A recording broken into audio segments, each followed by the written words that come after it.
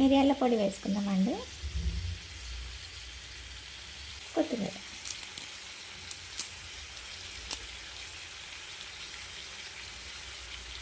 Water వేసుకున్నాము.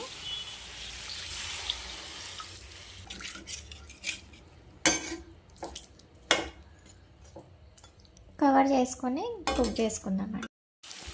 Water అంతా squeeze అయ్యే వరకు అలానే వదిలేసానండి మూత పెట్టి. చూడండి ఇలా డ్రైగా అయితే ఫ్రై అయిపోయింది.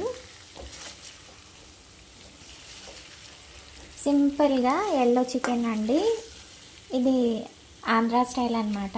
చాలా టేస్టీగా ఉంటుంది, రోటీలోకి కూడా రైస్లోకి కూడా. రైస్లోకి అయితే ఈ ఆయిల్ గ్రేవీ ఉంటుంది కదా అండి, ఇది వేసుకొని అయితే తినచ్చు, చాలా బాగుంటుంది. ఒకసారి అయితే ట్రై చేయండి రెసిపీ. వీడియోస్ నచ్చితే లైక్ చేసి సబ్స్క్రైబ్ చేసుకోండి. Thank you so much.